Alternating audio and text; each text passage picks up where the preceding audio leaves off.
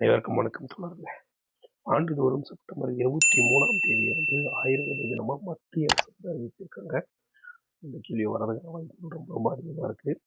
ஆண்டுதோறும் செப்டம்பர் 23ஆம் தேதி ஆயுர்வேத தினமாக கடைபிடிக்கப்படும் அப்படின்னு சொல்லிட்டு மத்திய அரசு அறிவிச்சிருக்கு.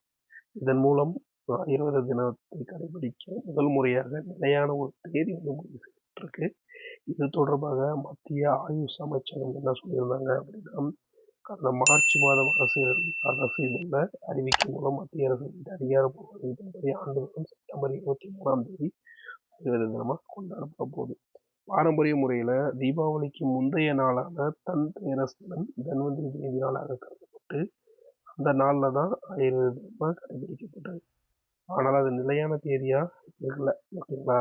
ஒவ்வொரு வருஷமும் தீபாவளிக்கு முன்னாடி நாள் என்ன பண்ணுவோம், தேதி மாறுபட்டு கொண்டே இருக்கும்.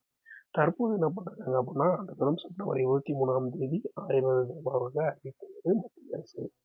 ஆயுர்வேதத்திற்கு உலகளாவிய நாள்காட்டி அடையாளத்தை வழங்கி உலக அளவில் பெரும் பங்களிப்பை வழங்க வடிவமைத்துள்ளது அப்படின்னு சொல்லுவோம்.